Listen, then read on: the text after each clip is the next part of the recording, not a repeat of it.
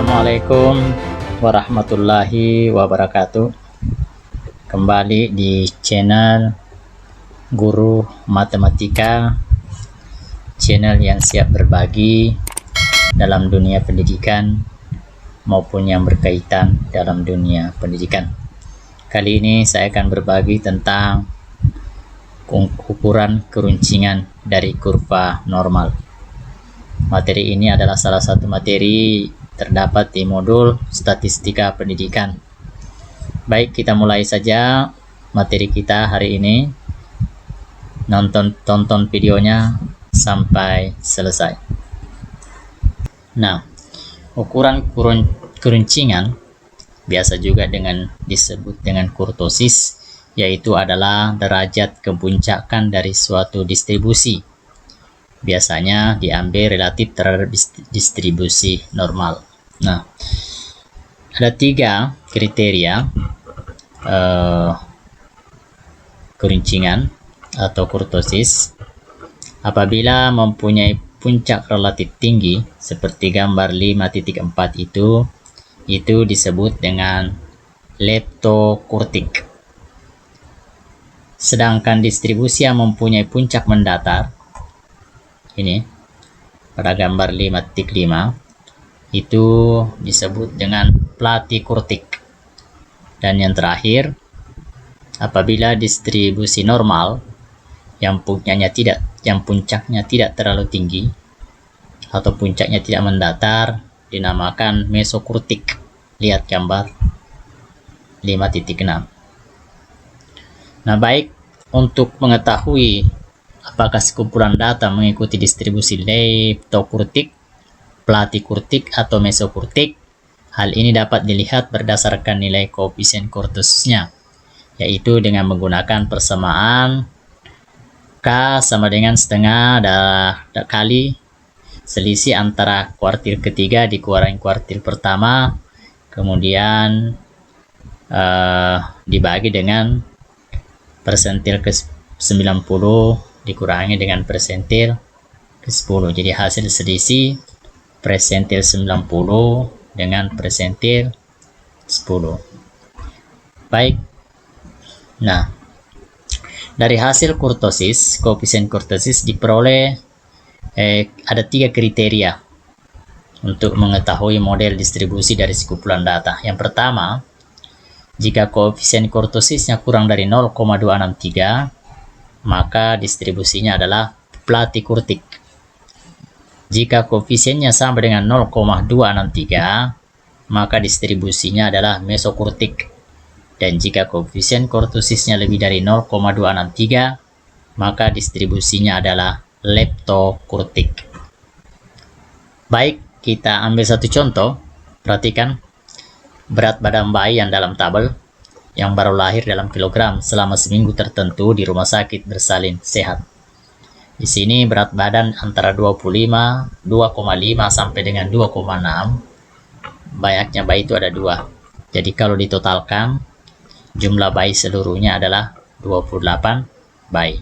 Nah, pertanyaannya adalah, hitunglah koefisien kurtosisnya. Hitunglah koefisien kurtosis, atau hitunglah koefisien keruncingannya, karena kurtosis itu sama dengan keruncingan. Nah, yang harus kita ketahui yaitu bahwa kita harus menentukan dulu kuartil pertama, kemudian menentukan kuartil ketiga, kemudian persentil 10 dan persentil 90. Oke. Nah, perhatikan untuk menentukan kuartil pertama kita menggunakan rumus ini ya. Nanti sebentar kita perhatikan dalam data. Nah, perhatikan untuk kuartil pertama atau K1, kelas kuartil pertama adalah sebuah kelas interval yang frekuensinya apabila jumlahkan dari frekuensi kelas interval pertama mencapai paling sedikit 1/4 n tambah 1, yaitu, jadi ini n-nya 28. Jadi 28 tambah 1 hasilnya adalah 28. Jadi 29 dibagi 4 itu yaitu 7,25.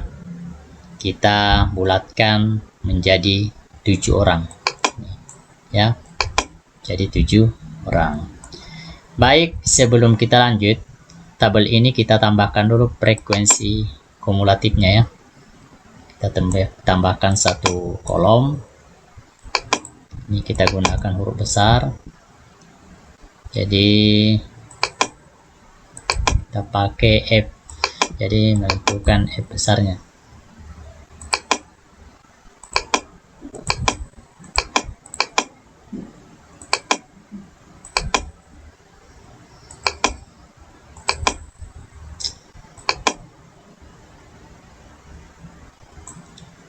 Tambahkan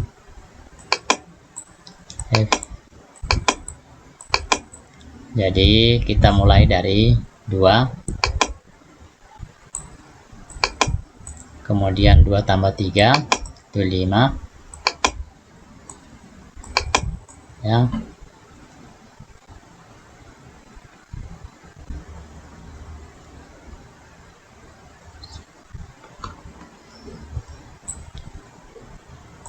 Kemudian 5 tambah 5 10, kemudian 17, kemudian 23, karena 17 tambah 6 23, kemudian ditambah 5 jadi 28.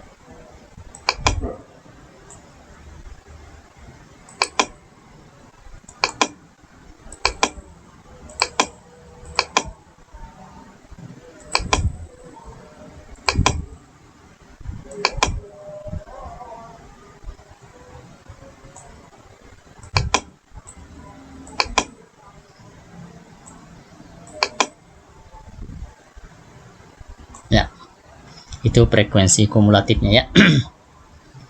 Selanjutnya setelah itu kita tentukan, jadi kita melihat 7 orang ini ya. Jadi 7 orang ini, jadi 2 ini untuk 2 orang, kemudian di sini ada 5 orang, berarti 7 orang itu ada di antara sini ya. Berarti kita berikan tanda sini dia.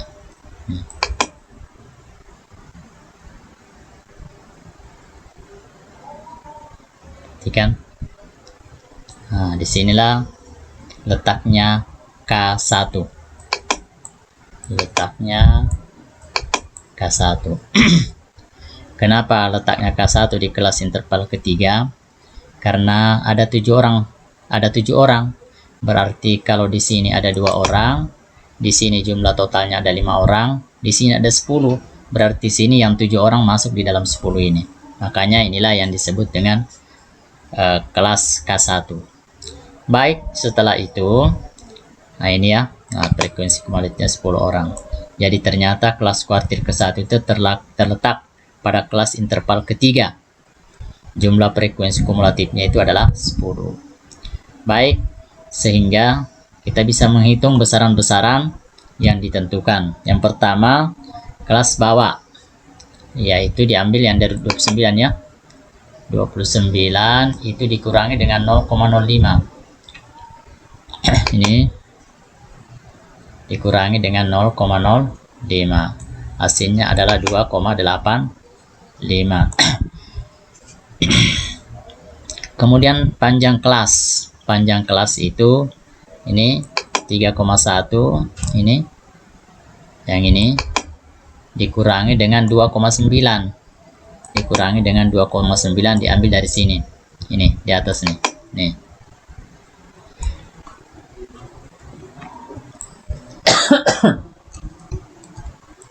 Maka diperoleh hasil 0,2.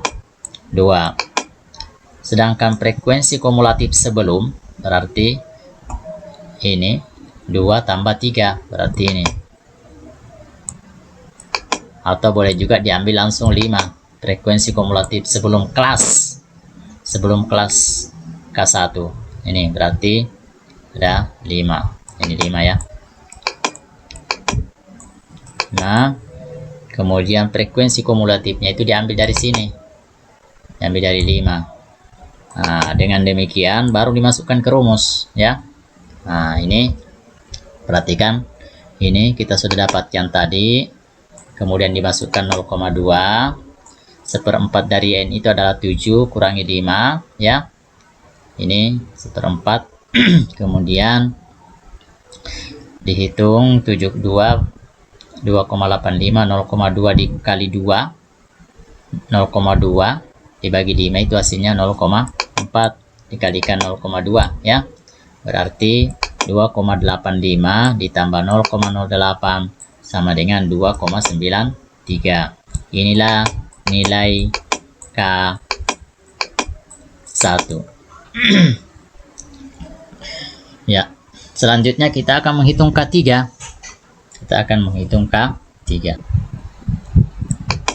Sekarang kita akan menentukan K3 atau kuartil ketiga. Nah, untuk menentukan kuartil ketiga tetap sama, kita harus membuat frekuensi kumulatifnya. Frekuensi kumulatif ini kita simbolkan huruf F besar, kemudian kita mulai dari 2, kemudian 5, kemudian 10, kemudian 17, kemudian 23, kemudian 28. Jadi ini jangan lupa, ini harus selalu sama dengan ini. Kalau berbeda berarti harus ditinjau kembali perhitungan kita. Baik, nah kelas kuartil adalah sebuah kelas interval yang frekuensinya apabila dijumlahkan dari frekuensi kelas interval pertama mencapai paling sedikit 3/4. Perhatikan ya.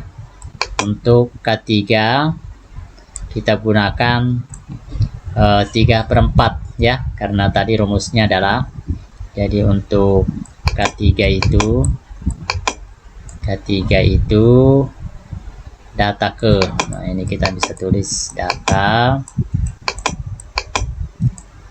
ke N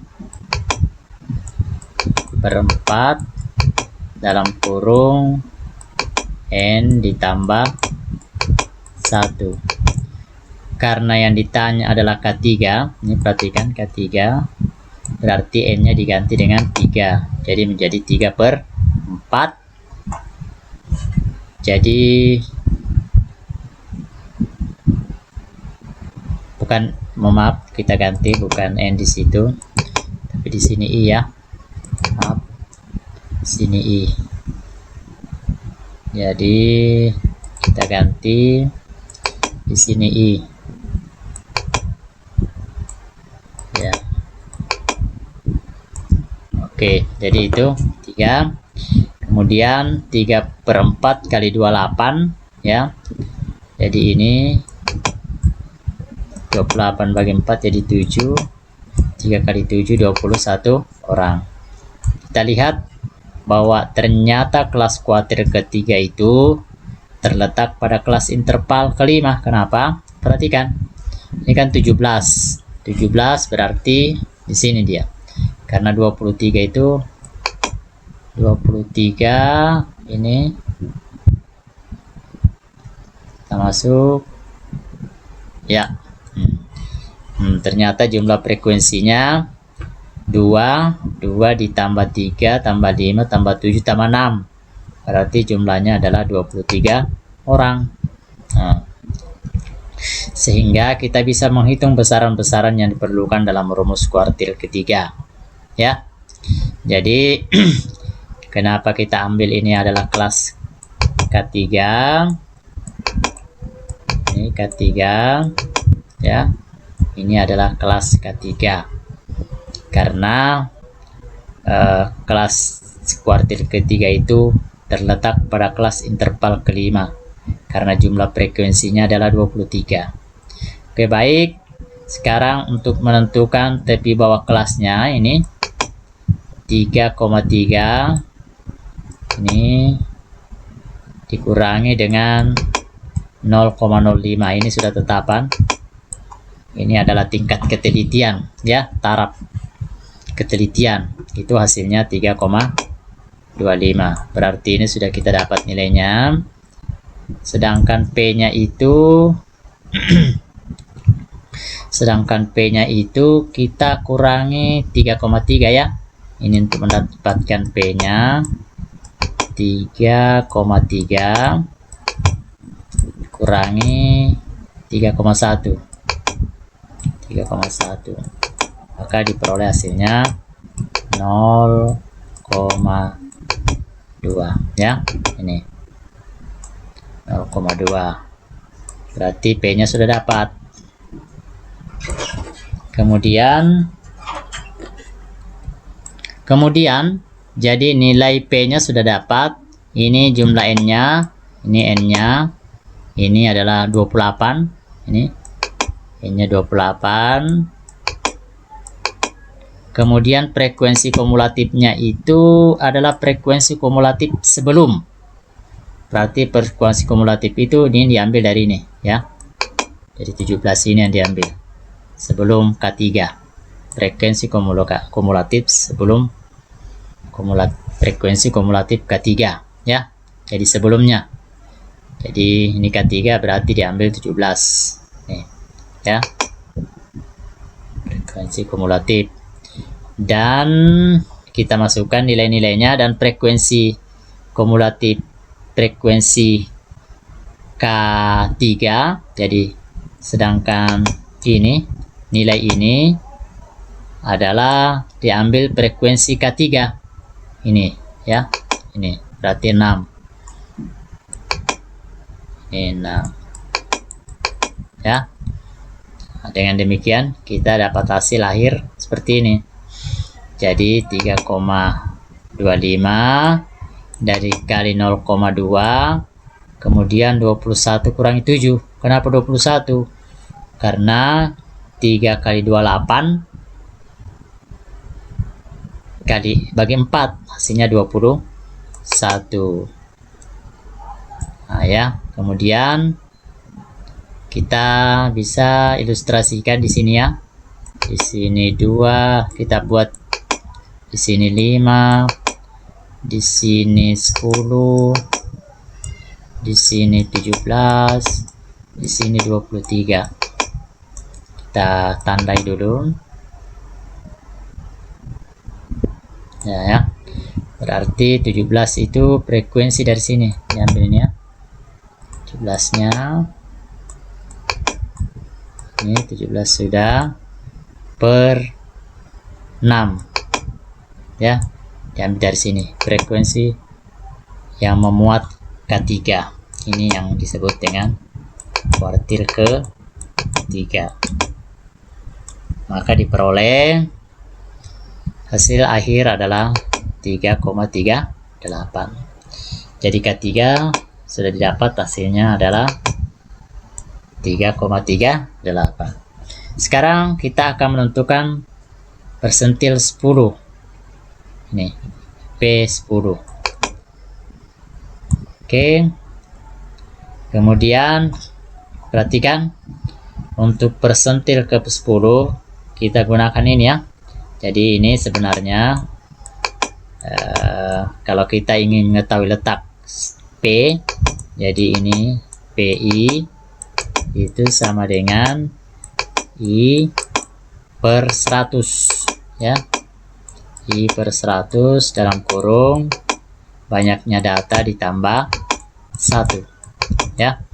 Nah, karena P-nya 10, ini langsung ganti aja ini 10 ya.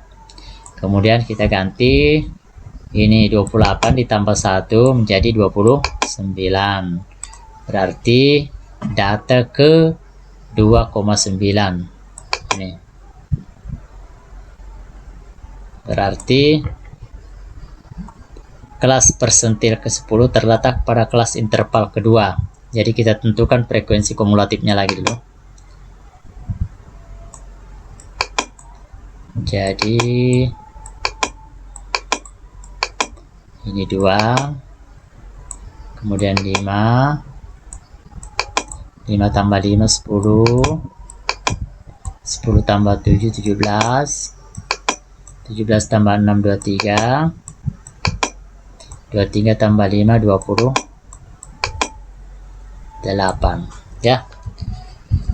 Kemudian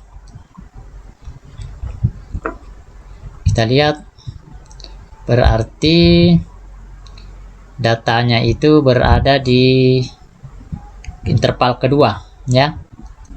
Nih.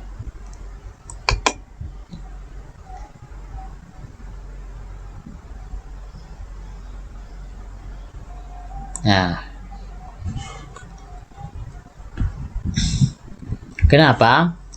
Karena data ke 2,9 atau 3 ini berada di interval kedua karena jumlah frekuensinya mencapai 5 orang ya, sehingga kita bisa menghitung besaran-besaran lain yang diperlukan dalam rumus persentil ke-10 ya. Perhatikan rumus-rumus yang ada di persentil 10 adalah ini. Kita butuhkan ini tepi bawah kelas, panjang kelas, N-nya 28, frekuensi kumulatif sebelum frekuensi persentil 10, kalau ini frekuensi persentil 10. Baik, nah sekarang karena P10 letaknya di sini, maka kita ambil ini 2,7 itu dikurangi dengan 0,05 didapat 2,65, sedangkan P terpanjang kelasnya itu sama menghitungnya 2,7 dikurangi 2,5, sedangkan frekuensi kumulatif sebelum ini yang diambil, frekuensi kumulatif sebelumnya ada 2, sedangkan frekuensi P10 itu adalah 3, jadi diambil adalah 3. Dengan demikian kita masukkan ke rumus. Ini sudah diperoleh, ini dengan menghitung hasil yang ada, jadi 2,65, 2,8, ini adalah, ini N-nya 28, jadi 10 kali 28, 280 bagi 10 ya, diperoleh 2,8 kurangi 2, hasilnya adalah 2,067 dikalikan 2, setelah maka hasil akhirnya adalah 2,65 ditambah 0,05 diperoleh hasil 2,6. Itulah P10 persentil 10 ya. Kemudian yang terakhir kita tentukan adalah persentil 90 ya. Nah ini kita tentukan 90. Ingat, kembali kita tentukan frekuensi kumulatifnya. Frekuensi kumulatif jangan lupa selalu dimulai dari ini, mulai dari 2, kemudian 2 tambah 3 5, 5 tambah 5 10, 10 tambah 7 17, 7 tambah 6 23, 23 tambah 5 jadi 28 ya. Nah kita tentukan lagi letak P90. Perhatikan, data ke 90 per 100 kali 28 ditambah 1 jadi 29, ternyata letaknya 26,1. kita lihat berarti dia berada di sini, kelas interval ke-6, ini dia, sini dia. Nah berarti di sini letaknya P90. Dengan demikian kita bisa mencari nilai tepi bawah kelasnya ya. Nah ini perhatikan, ini kita tentukan lagi frekuensi kumulatifnya 2 3 5 10 17 23, di sini 28. Ini nah kelas P90. Jadi P90 dengan Dengan demikian kita ambil tepi bawah kelasnya 35. Ini dikurangi dengan 0,05 hasilnya 3,45. Kemudian panjang kelasnya 0,2. Frekuensi kumulatif sebelum P10 itu adalah ini 23 ya. Kemudian frekuensi kumulatifnya P10 itu adalah ini. Nah, langsung diambil. Setelah memasukkan nilai-nilainya maka diperoleh P90 adalah 3,54. Dengan demikian kita mendapatkan nilai koefisien kurtosisnya adalah 1/2 kali K3. Ini kita sudah cari K3-nya.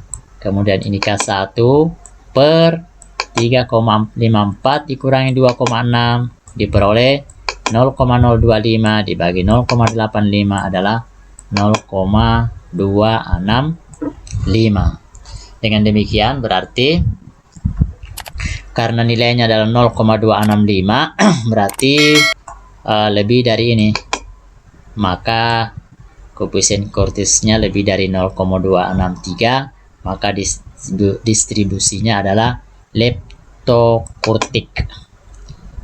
Nah, kemudian kita lihat berarti ini dia ya,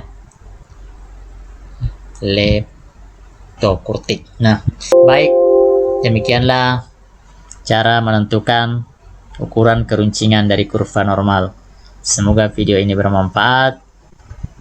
Assalamualaikum warahmatullahi wabarakatuh, dan nantikan video-video berikutnya.